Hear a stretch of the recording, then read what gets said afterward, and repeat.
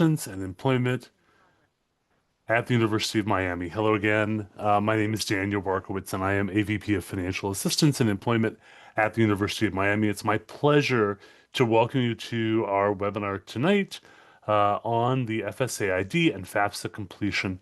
So thrilled to see so many of you. We have over 200 folks logged in, and the number continues to grow. So just a couple of housekeeping details before we jump into tonight's webinar. First of all, we do have a group of volunteers from Florida Atlantic who are with us tonight. My thanks to my colleagues at Florida Atlantic University for providing support through our event this evening. They are there to help answer questions as you have them. I would ask you for the moment, though, please hold your questions until we are able to address some of them. And I think you'll see that many of your questions will be addressed through the presentation as we go along today. Also, you should be seeing my screen. So hopefully on your video, you'll see my copy of my PowerPoint we're going to walk through today. Please know, after tonight, we will be sending you a copy of the recording of tonight's webinar, as well as a copy of the PDF, so you can see this later if you desire to. On the video recording, it'll be posted to YouTube. You'll be able to see it there, as well as some links for anything we're going to talk about tonight as follow-up. So there's lots of good information we're going to share to you this evening. And again, you'll have an opportunity to view all of it, and we'll have access to all of it even after tonight is done. So let's dive in. I'm going to start with just a bit of a background about what this FAFSA thing is. So first of all, let me welcome all of you. I know the school year is coming to an end, or maybe it's already come to an end for you, depending upon where you are in your program. If you're a student, welcome to the start of hopefully your senior year coming around the corner. There's a lot of big transitions that are happening in your senior year, and this is one of them, and it is the college search process. And so I know you've been thinking about college and planning for college, and this is really the time to think about the financing of the college and how is your family and the government going to combine with the college to help you pay for the expense of college. And so our goal tonight is to help open this process up for you, explain a little bit about how this is going to work, and really start this partnership tonight to help you get prepared for the process of applying for college. When you apply for financial aid, you're going to use a form that's called the FAFSA. The FAFSA is the free application for federal student aid. Notice a couple of words there. It is free. So when you do the application, you're going to note there's no cost to you. You can apply for free. You can list all the colleges you are planning on applying to for admission, and that way you get your application done. FAFSA is the tool that you use to apply for federal financial aid, as well as most state financial aid in the state of Florida, and most institutional financial aid. So when FAU or University of Miami or any school gives out its money, most of them are using the FAFSA as well to determine how much financial aid you might qualify for, and they'll use the information from the FAFSA to determine that in combination with other information they might have from your admissions application or other sources. Usually the FAFSA will open up on October 1. Well, we're about 4 months away from October 1, so we're a little early, but I want to talk about that in a second. But on a typical cycle, in a typical year, FAFSA will go live on October 1st. And you do complete the FAFSA for every year the student is in school. So every year, every student is going to do a FAFSA to get access to federal, state, and institutional financial aid. So if you're a student who's a freshman year, you'll do it. You'll do it again your sophomore year, junior, etc. If you're a parent, you have 2 kids in college, you're going to be part of 2 FAFSAs, one for each of your students. And just a reminder that FAFSA may just be one of several applications that your student might have to do at a particular institution. At the University of Miami, we use a second application called the CSS Financial Aid Profile. We're not going to talk a lot about that tonight, but just as an example, other colleges may have their own subsequent forms or additional forms that they ask you to complete as well. So why does the FAFSA matter? Why complete it? Well, first of all, seniors who are in high school and complete a FAFSA are 84% more likely to immediately enroll in college than those who don't. So there's a definite connection between FAFSA completion and college attendance. And also, FAFSA opens the door for you to over $200 billion of financial aid that was given out to undergraduate students in 2023, 2024. Now, we're still in the 24-25 year, so we don't have statistics yet for that year. The last year we have it for is for last year. But you'll see that a lot of money is given out in federal financial aid and state and institutional financial aid every year. And I think if we look at the pie chart here, what you'll notice is, when you think about financial aid, at least the media would have you believe that it's all loans, that it's all about student loans. And while student loans are a large component of financial aid, it's not the largest component. Student loans, federal student loans, are 20% of the 202 billion. That's still a lot of money, but the largest source is institutional grants.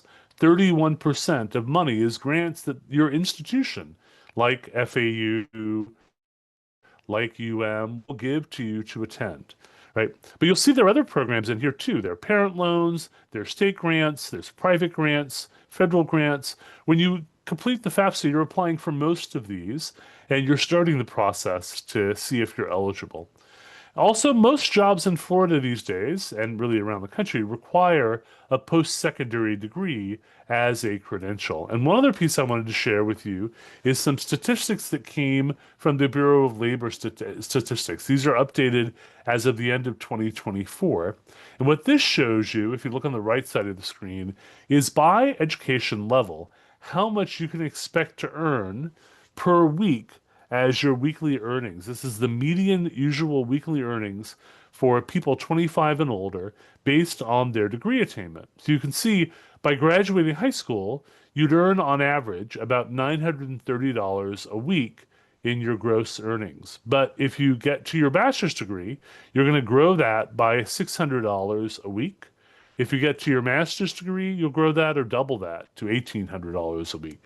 So you can see on the left side in the blue boxes here how much income goes up based on your individual attainment level, your degree attainment level. On the right side, the other good news is you see the unemployment rate. And the unemployment rate dropped based on where you were in the education level. The higher the education level, the lower the unemployment rate, which is shown again in those green figures there. The average among all workers is the dotted line. So, not only is financial aid important, but it helps make possible a lifetime of benefit that accrue to you by successfully completing your degree. So, why participate in the beta FAFSA? And what is this beta FAFSA anyway? So, Broward Bridge to Life is pleased to have been a partner with the federal government last year in testing the rollout of the FAFSA. And last year, we were a strong partner with the federal government. In fact, Broward Bridge to Life hosted the first nationwide event to help people get access to the FAFSA. And this year, again, we've applied and we anticipate being selected as a partner with the federal government to be a beta tester. What does it mean to beta test the FAFSA? Well, it's the real FAFSA. So it's the real live form. It's just limited in terms of access. They don't open it up for everyone. They do it in stages to make sure that if there are any bugs or any slight issues they find, they can correct them and work on them immediately. So I said to you before, if you remember, that FAFSA begins and goes live on October 1st in a typical year. We anticipate the beta this year will go live starting right around August 1st. And I'll talk to you a little bit about our schedule coming forward. But you, as a participant with us, will be able to get access to the FAFSA literally 2 months before the rest of the country. So this has a couple of benefits. Number one, it is the same form you're going to have to submit anyway. You don't have to do a second form. You do it once and you're done. It is the real live form. Number two, you will put yourself first in line for limited funds. So although there's a lot of financial aid, there are programs that run out of money. And typically, many colleges award those funds in order of when students applied or completed the FAFSA or completed their application. So by making sure to get your application in early, and earlier, you'll be able to get at the front of the line for any institution that is awarding based on date of application. And last, you could, although, we are representing tonight University of Miami and Florida Atlantic University, you can still list any college in the country that you're applying to on that FAFSA form. You don't have to list UM, you don't have to list FAU. Whatever college you might be thinking of applying to for admission or that you've applied for admission, you can list them on the form. And because it's free, you can list up to 20 institutions on that form up front. If you need to do more, you can do more through a process called correction. We'll talk about that when we meet again. But this gives you a chance to go ahead and start listing or linking the particular colleges you want to receive your FAFSA data, and you don't have to wait until after you're admitted. You should do it, in fact, early and now. So, to complete the FAFSA, there are 3 steps you have to do. Step number 1, you have to create what's called your FSA ID. And we'll talk about what an FSA ID is in a moment. But these are the 3 steps. Create your FSA ID, you, the student. And if you have what's called a contributor, and we'll talk about that too, your contributor needs to create their FSA ID or IDs. And I'll go through all of this as we go through tonight. So that's step number 1. Step number two is the student then completes their section of the FAFSA. So the student will use their FSA ID, they will log into the FAFSA, they will complete their section of the FAFSA. Once they've done their section, they'll send an invitation to the parent or parents, more than likely, that will need to complete the form. And that invitation will open up the parent access to the FAFSA. Once your parent or parents have done their section and they submit it, they'll sign it using their FSA ID as well, and then that completes your FAFSA submission. So again, 3 steps. Number 1, create your FSA ID. Number 2, student does their section. Number 3, parent or parents do their section. Okay. So what is an FSA ID? Well, an FSA ID is a combination of a username and a password. So the username is usually your by the way, thank you. There are questions. There's a Q&A box. So if you do have questions, please make sure to type them into the Q&A box. And I know our crack team will work on getting answers to you to any questions you might have as we go. But an FSA ID, what is an FSA ID? The FSA ID is that combination of a username and password. And username is usually your email address. And it's unique to each individual. So my FSA ID will be different than yours. Mine is different than my kids. Every one of us is going to have a separate FSA ID. Now, what's important is it does require a separate email address for any person who wants to get or register for an FSA ID. So if you do not have an email address of your own, I know some parents might share an email address. You need to go ahead and get an individual email address. And there are tools that you can do that for free, like Gmail or others. And we'll talk about sort of which parent needs to complete the FAFSA as we go forward. But if both parents need that, then it's important for them to each have a separate email address. So who's going to need an FSA ID? Number 1, the student is always going to need an FSA ID. The student will need one. That is the one that they will be using to sign in. At least one parent will need an FSA ID for dependent students. We'll talk about the second parent and whether they might need one. Stick around. We'll talk about it, about whether they'll need an FSA ID. And if you already have an FSA ID from a previous FAFSA application, either a younger sibling that you did a FAFSA application for, or maybe your own FSA ID for your own FAFSA, that is still usable. You don't have to create a new one. That is entirely usable. Again, when you log in, it will just ask you to update if you've made any changes. And if you have made changes to like your phone number or other pieces, your address, you want to make sure that you update it. Again, while the FSA ID will remain the same throughout the college career and post-college, every year you will need to complete a new FAFSA as you go forward. So to understand who needs to have an FSA ID, we need to start with who completes the FAFSA. And to do that, we need to understand three things. Number one, are you dependent or independent? You, the student. Number two, what's a contributor? And number three, who's your parent? So I know you think you know the answers probably to number three, but let's go through and make sure because it is a little complicated. So let's start with the first topic. Am I dependent or am I independent? So how do I determine what that is, right?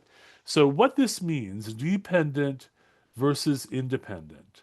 If you're dependent, that means you rely on your parents for parental information.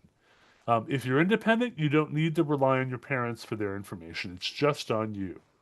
So, how does this work? Basically, you're going to look through these questions, and if you can answer yes to any of these questions as a student, then you're what's called an independent student. Again, most of you are likely not to be independent, you're likely to be dependent. But if you can answer yes to any of these, then you might be what's called independent. And those questions include, are you going to be 24 years of age or older by December 31st of the school year you're attending? Are you going to be working towards your master's degree or your doctoral degree right now? Are you married, you the student, are you married or separated but not divorced? Do you, the student, have children who receive more than half of their support from you? Do you have other dependents who receive more than half of their support with you or from you and live with you? Are you an orphan or a ward of the court? Are you in foster care? Are you an emancipated minor? Are you in legal guardianship? Are you homeless or at risk of homelessness? Are you currently on active duty or are you a veteran of the U.S. Armed Forces? If any of those questions are yes, you're considered independent. If all of those questions are no, then you're a dependent student. And that's an important piece to know because that will determine who needs an FSA ID and who needs to respond. So once you determine that, if you're a dependent student, you're going to need to get information from what are called your contributors. So let's talk about who is a contributor, right? So remember, each contributor needs their own FSA ID.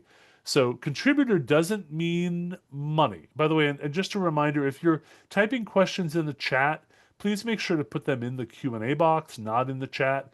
We really can't answer the questions in the chat. So I know Asif and Melissa, I see your questions. Can you please post them into the Q&A box so we can make sure to answer them for you? So a contributor is someone who contributes information, not necessarily money, right? You as a student are always going to be a contributor to FAFSA. You're always going to put your own information in. If you with a student are married, then your spouse might be a contributor. But otherwise, your parent or parents are going to be a contributor. And we talked about parent or parents. Well, how do we know if it's one or two? How do we know if both should complete it or one should complete it? What's the process? So I'm going to link to this really handy form. And what I'm going to do also is I'm going to copy this and paste this in the chat for you so you can have the link as well if you'd like to take a look at it. So this is what's called the Parent Wizard. This is on the Federal Student Aid site. And this is where you can go ahead and put in some information and see who are the parents you need to complete the FAFSA with and who are the contributors you're going to need. So you'll see it asks me to list the first names of my parents. And by parents, it means either biological or adoptive parents.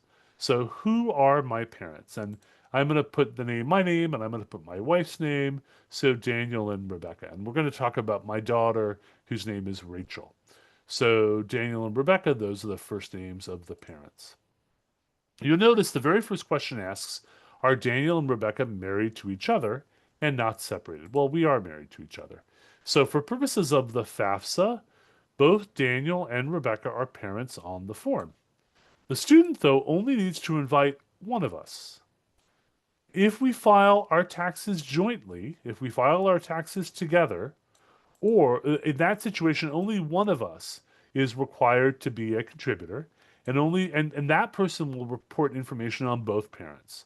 But if we don't file taxes jointly, let's say we file separately, or one of us files as head of household, one files as married separately, or one of us files a tax return, one of us doesn't file the tax return.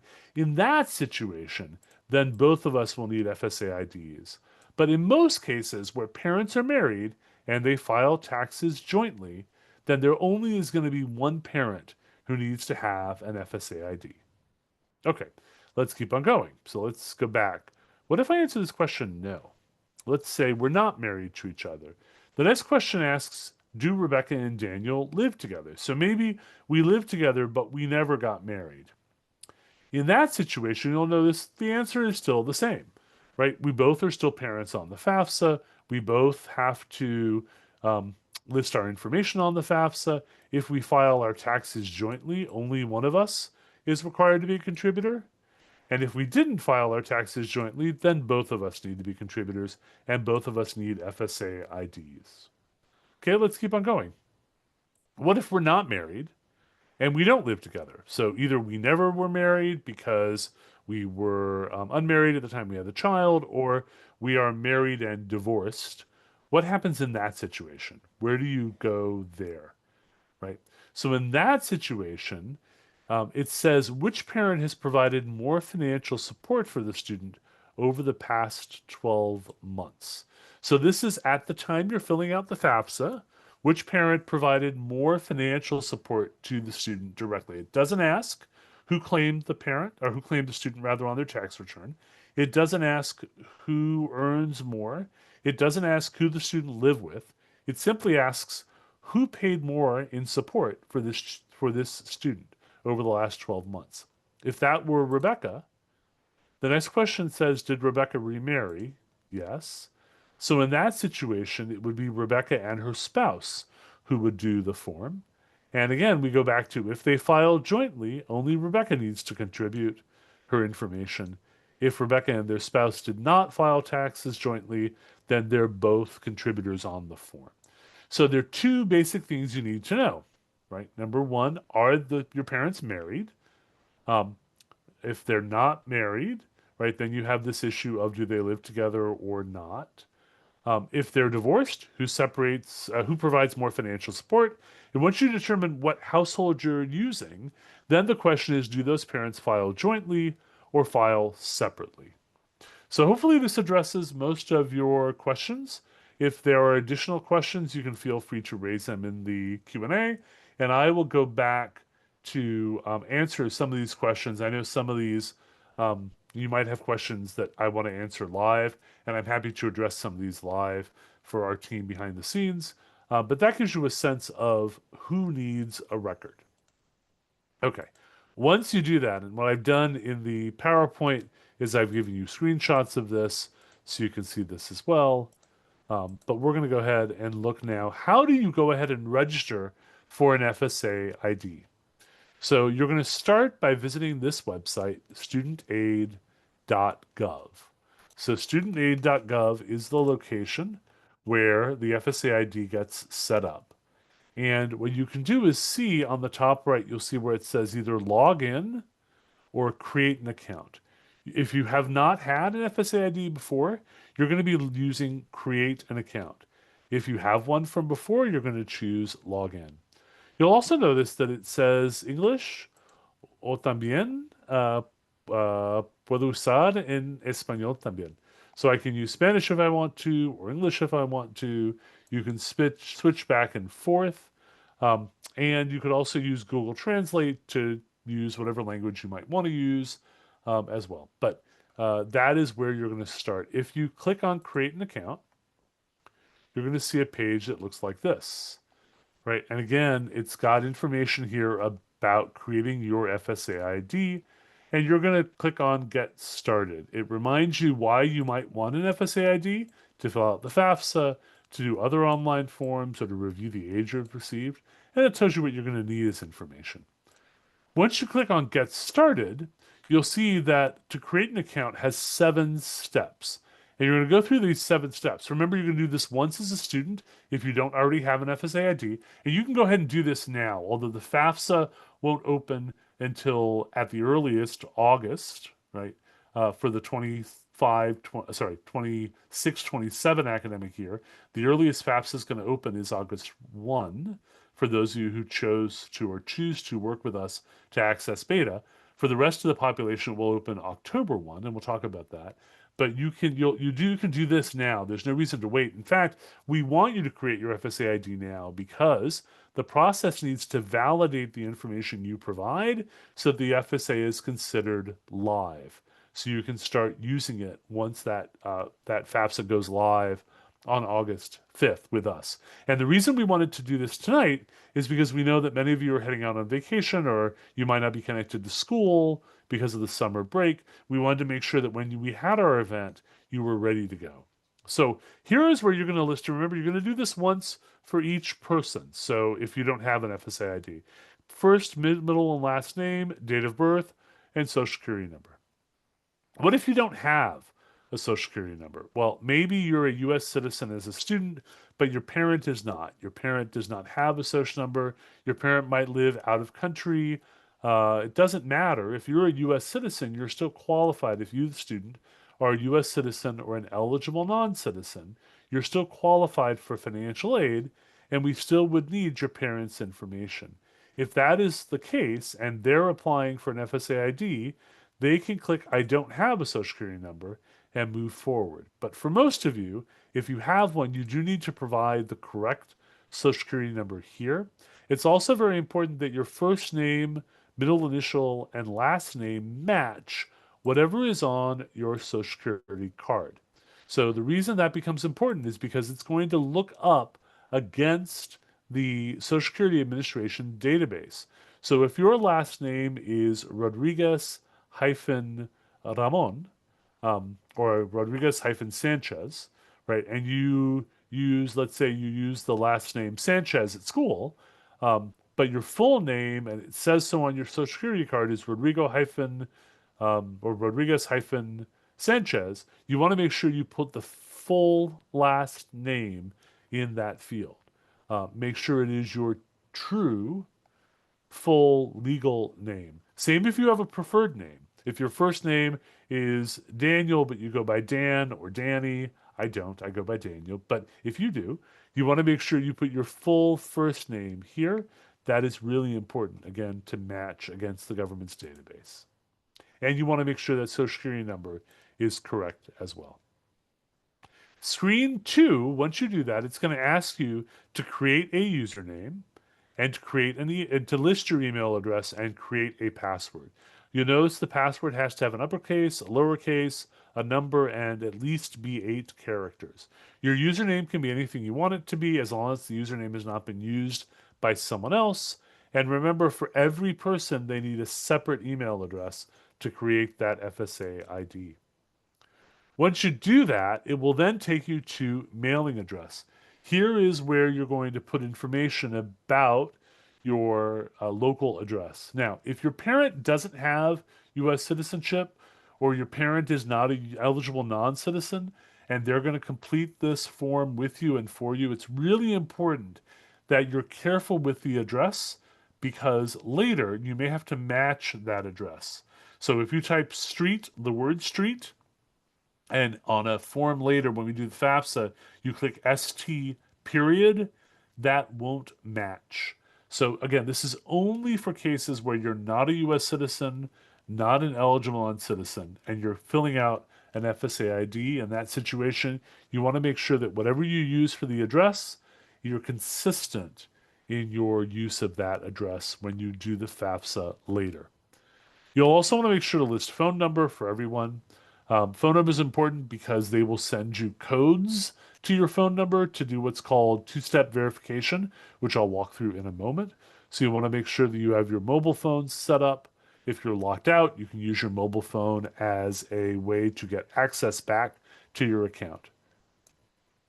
So once you do that, you're then going to opt into communications. It asks you, how would you like your communications to be delivered to you? Would you like them by postal mail or email? I recommend email. You can opt in to additional communication, and you can set your language preference. So if you prefer Spanish, you can choose Spanish or English, whatever you prefer.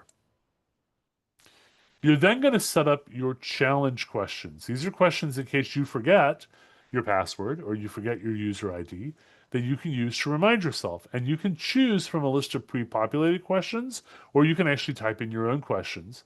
you'll see that as an option. Within here, they do ask you to set up 4 challenge questions. Once you've done that, there are 2 last steps. I don't have screenshots of them, but let me show you what they are. There's confirm and verify, and what's called enable 2-step verification. So on the confirm and verify, you're just going to confirm the information you provided to make sure that it's correct and as a last chance to change anything you might have typed in wrong. And then on the last screen, you're going to set up a way either by email or through mobile, or you can use what's called an authentication app to do what's called 2-step verification. If you've never done this before, probably most of you have, a lot of banks and credit cards do this. When you log in on a website, you will get a text to your phone that says, here's a 6-digit code. Enter this 6-digit code to prove that it's really you.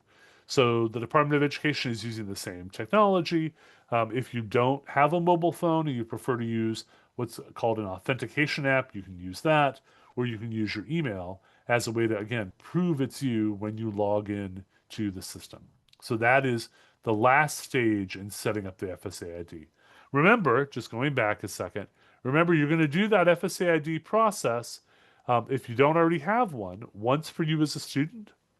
You'll log out and then do it again a second time for a parent if that's necessary, um, and potentially for a second parent if that's necessary as well.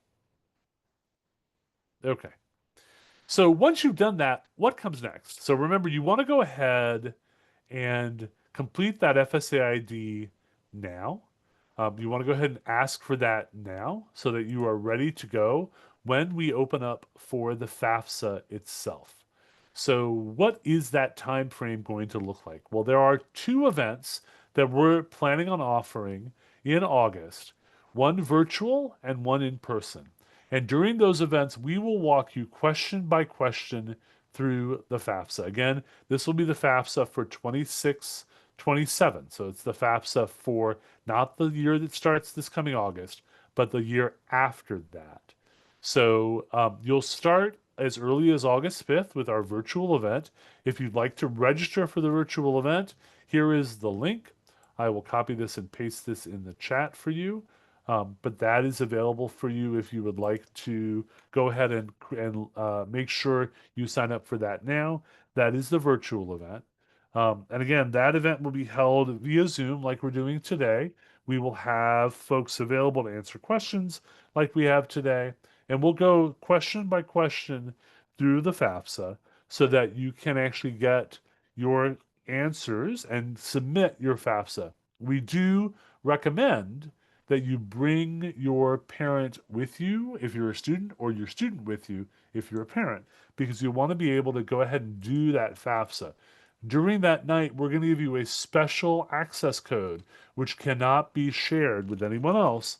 That special access code will get you access to the beta FAFSA. You must be present that night to receive that access code. So that's why it's really important that you attend.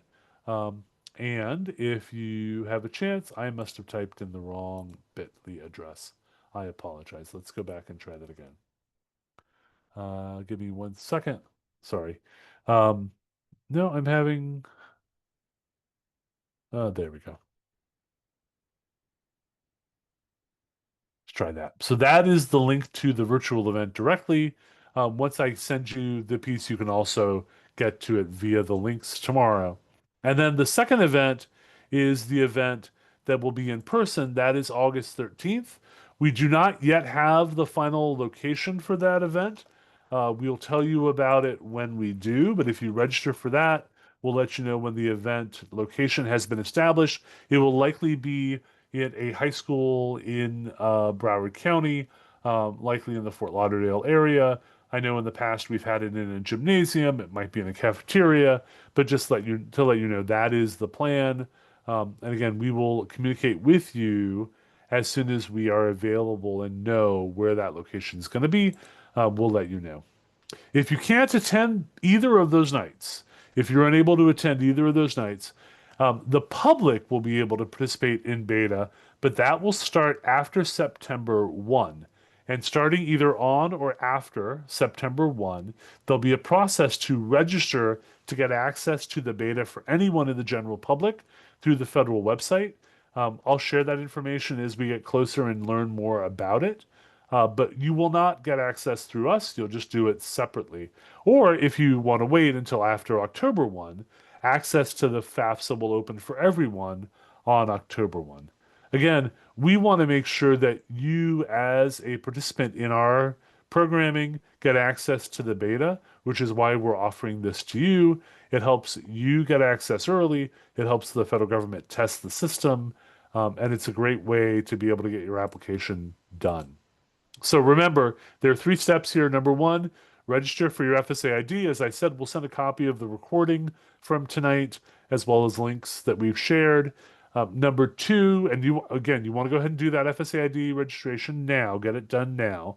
There's no reason to wait, because it does take 3 to 5 days for them to confirm your information. If you walk into the FAFSA event without having done your FSA ID, you will not be able to participate. We need to have you do that FSA ID beforehand, because it's really important that you get that done before the event itself. Number 2, join us for one of these events, either August 5th for our virtual event or August 13th for our in-person event. And number 3, complete the FAFSA then as soon as you can after that period of time. So what I'd love to do is I'm going to take some time and answer some questions, and we'll talk through. I do see some questions that I'm just going to address that I've been tracking, so let me mention them. Number 1 is, if you missed it, the website for the federal student aid is just simply studentaid.gov. That is the location where you can find how to create your account, how to log into your account. It is there. So that is number 1. Number 2, if you want to find all the links that we've mentioned tonight, the easiest way to do this is to go to browardbridgetoLife.com/FAFSA.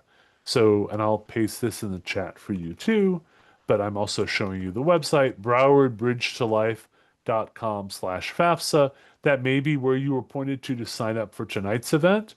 But you'll also see here are the logins for the FAFSA virtual event and the login for the FAFSA in-person event. And you'll see as well, our plan is to provide you, if you come to the beta, a $20 Amazon gift card, one per family, for completing that FAFSA application. So the sooner you register, the sooner you get your FAFSA done, the better opportunity you'll have for that award as well. So let me see if we can answer some questions. So I also saw a question I just wanted to address about sort of the current political climate and access to information that you might share or choose to share on the FAFSA. And I wanted to address that because I know that can be or is a concern for some families. So I want to be clear, we have not heard of an instance where the information shared with FAFSA has been shared with the White House or with anyone outside of the Department of Education. That said, we cannot guarantee it will not be shared. So this is a choice that if you are with parents who are without documentation, and you're thinking about the possibility of providing information about those parents, I would think about it and think about the pros and cons of that for you. If a student or parent is already providing information to the government in some other format, then I wouldn't worry about that, right? If you've already done a FAFSA or you already have, maybe you're doing a tax form as a non-resident, the government has your information. So this is not going to be an additional or further exposure. But I do know there have been some concerns with what we call mixed status families, where a student might be a U.S. citizen or an eligible non-citizen, a parent is not, and this might provide information to the government that isn't available in some other format. If you're in one of those situations, you may want to talk to your financial aid office and see what other options, if any, might be available. But the information is needed to be able to provide you with financial aid. So I'm going to look through the questions. Can you attend both sessions in case something is pending after the virtual session. You can, you don't need to, but you can attend the second. Registration will still be open. I would try the first, and then if you can't get it done in that first event, feel free to register for the second if necessary. But chances are you'll be able to do what you need to do that first evening. Are you going to get reminders about the events? Yes, we will absolutely be sending reminders to you as we get closer to the date. If you're going to be a senior in high school, do you apply this year? Yes. So everything we've talked about is for folks attending college for the 26-27 year. So if you're going to be a senior in high school in 25-26, then yes, you're going to need to complete this FAFSA. This beta FAFSA will be open for you, and you'll be able to get it done and be able to move along. Yes. Um, so let's see. If I never married my child's father and he and I don't live together, and I provide the most support for my child, will he need to be a contributor? No. If you're not married and you don't live together and you provide more support, then you will be a contributor. No information will be necessary about the student's father. To clarify, we don't need to complete a FAFSA before August 5th. That is correct. You just need to do the FSA ID for students and parents prior to August 5th. And hopefully, with the information you have tonight, you'll be able to do that. In the virtual and in-person events, we will go line by line through the FAFSA. There'll be no difference between the two events other than one will be in person, one will be virtual. And you'll be able to see me in person. Not that that's necessarily an inducement or an excitement, but you'll be able to actually, be able to answer your questions live and in person if you'll be there. If not, you should feel free to do either event, whatever's going to work for you and your family.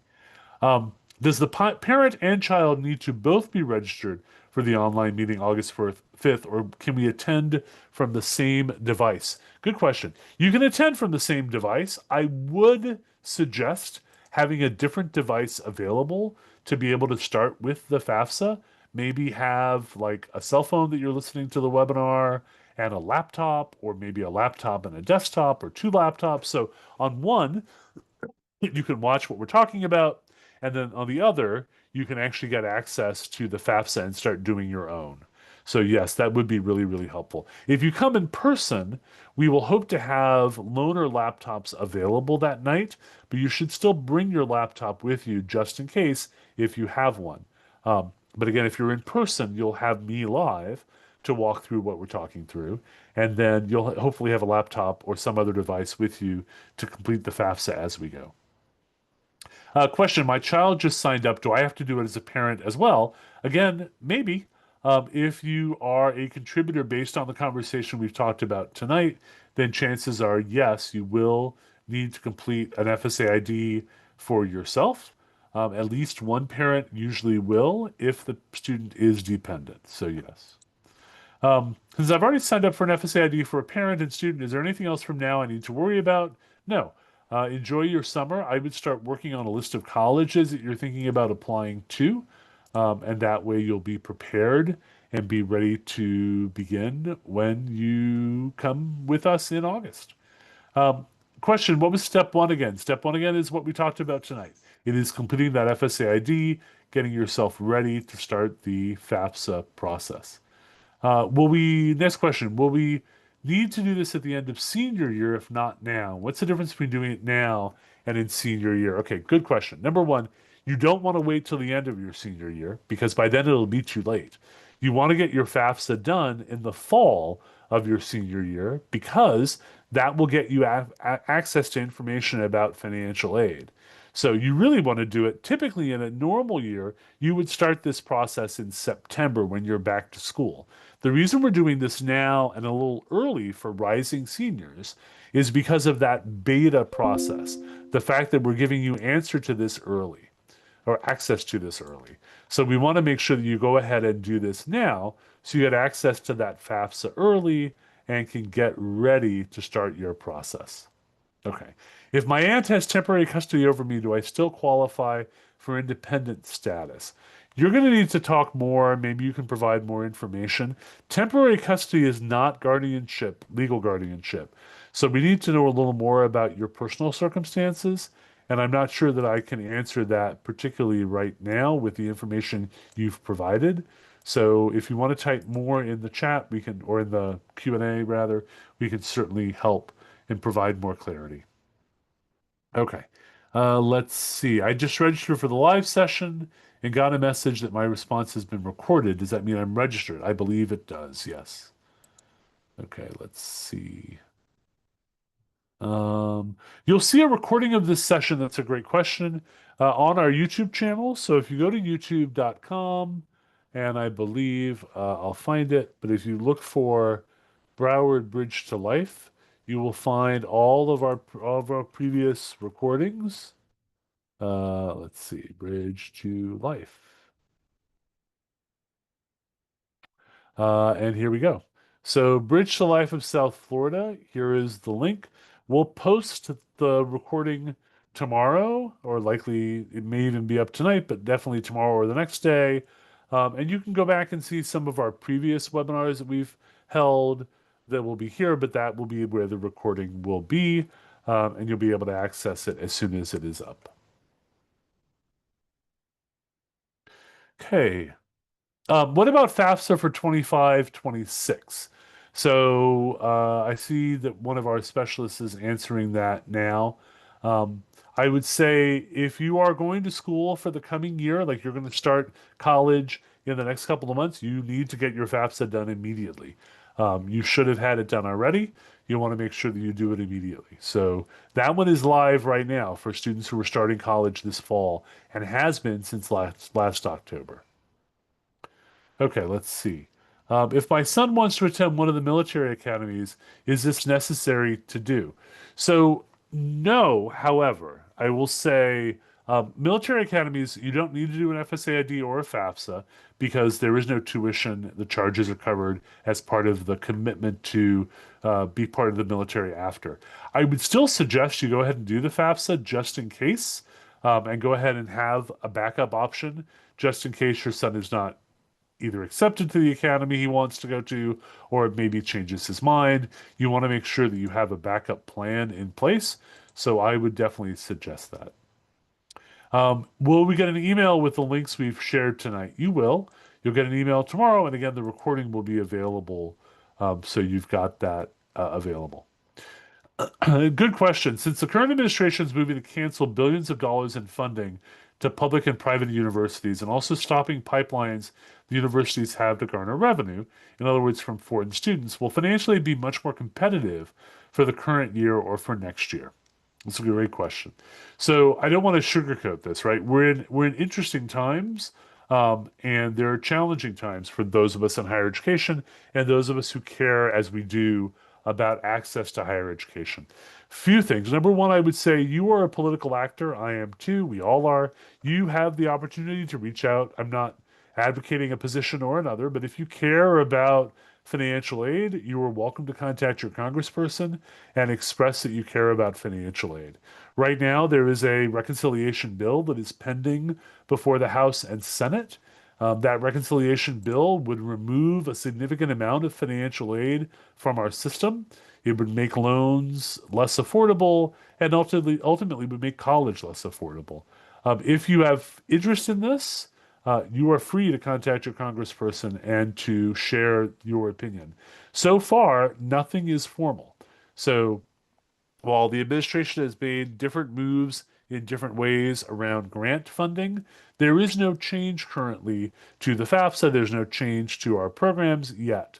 I will say it is in this administration's interest to get FAFSA done and done well. I work closely with the Department of Education on FAFSA. FAFSA is not going anywhere. FAFSA will work. FAFSA will be fine.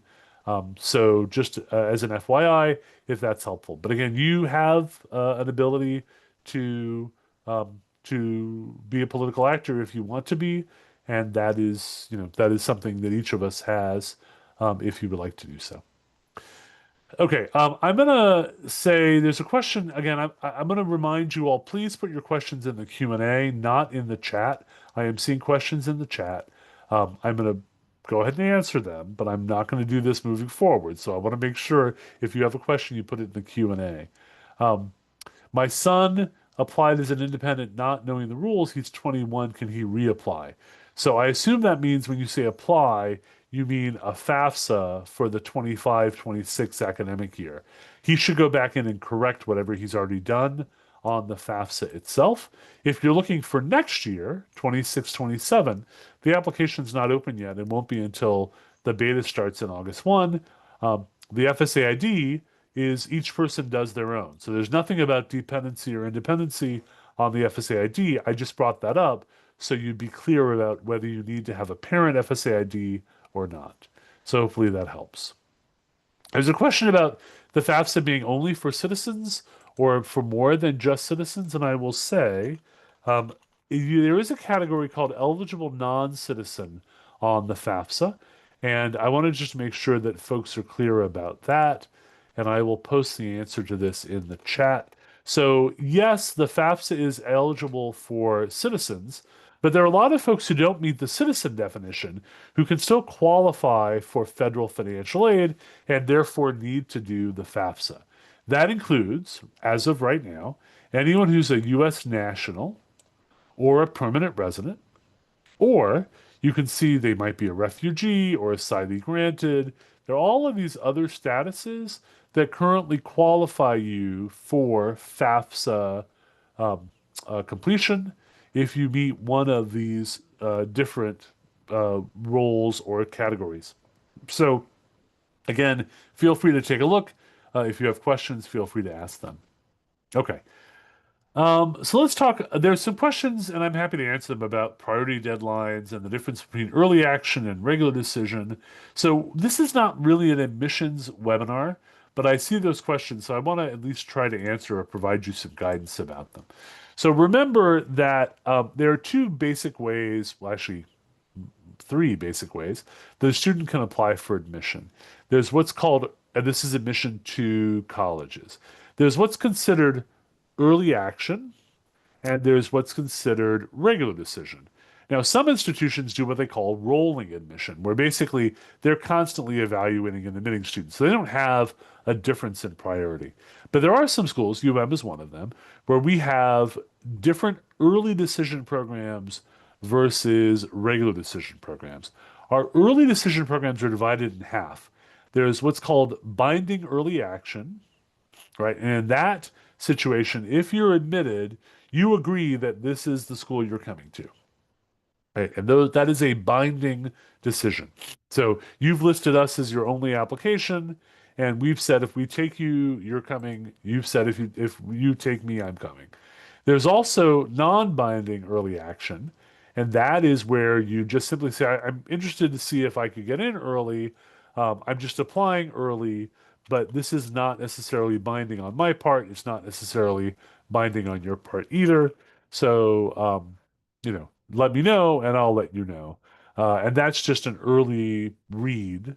So to share with you under admissions, and I'll pull up the UM site. I'm not advertising UM.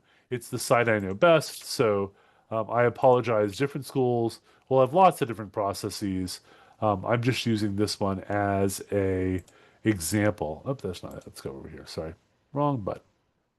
Let's go back.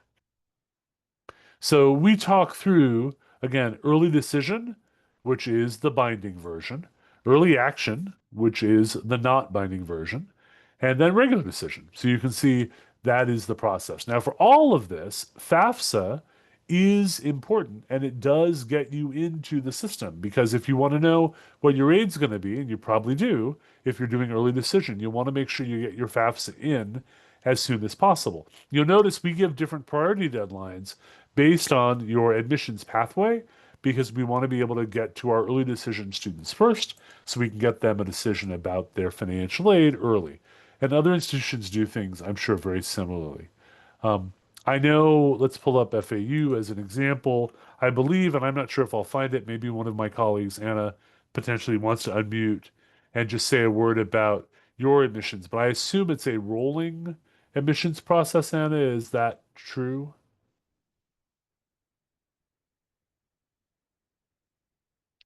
See if she's still there. Or if not, I can try to find it.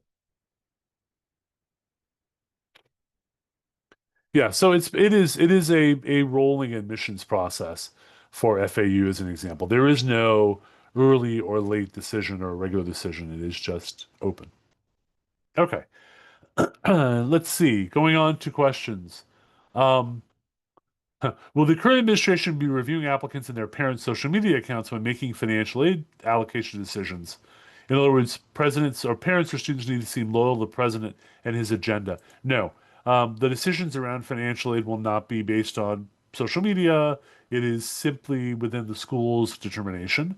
So, no, there is no determination made by the administration or the Department of Education around eligibility. That happens at the school level.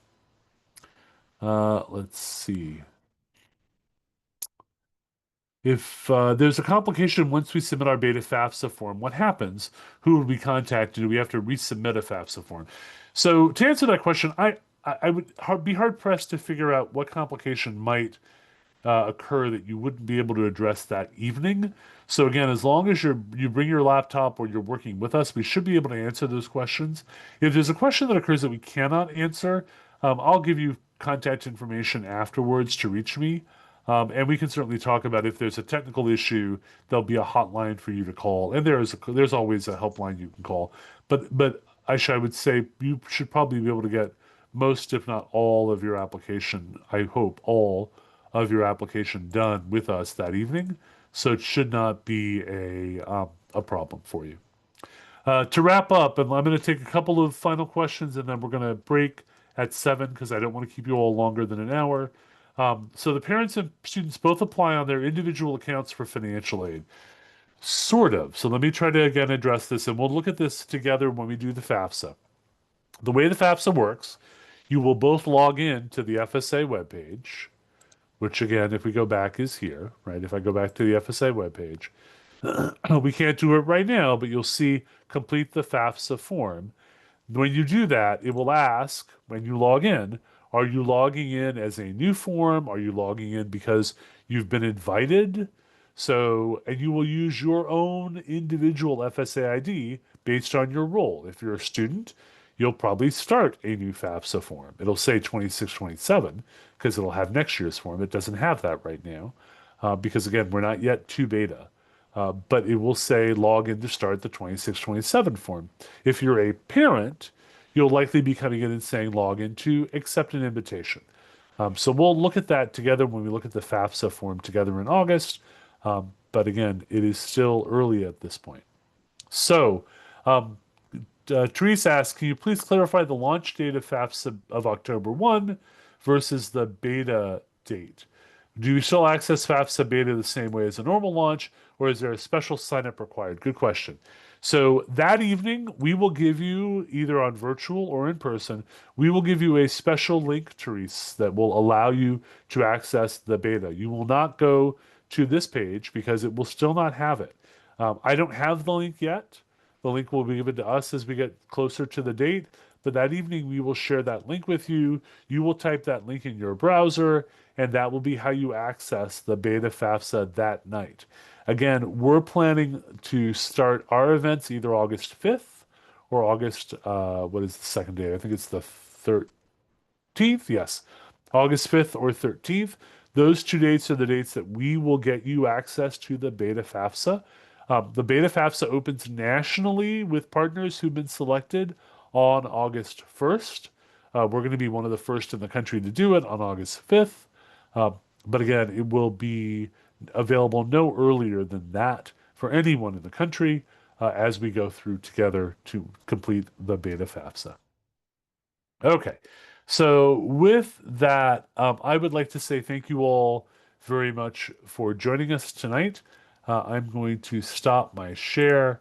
And as is typical for these events, I try to play us out with a little bit of music to give you a chance to disconnect and get ready for the next part of your day. We did play a little Alita Adams before, so I'm going to share again some Alita Adams music as we head out. Thank you again to my colleagues at Florida Atlantic University for their support. Thank you to Broward Bridge to Life for hosting the event. They always do a fantastic job, and we're thrilled. I know I'm thrilled to partner with them to make sure that we get you the information you need as you begin to look at the FAFSA and college attendance for next year, year 26-27. Congratulations to all of you for finishing your junior year. Enjoy the summer. We look forward to seeing you August 5th or August 13th. Thank you all very much. Have a great evening.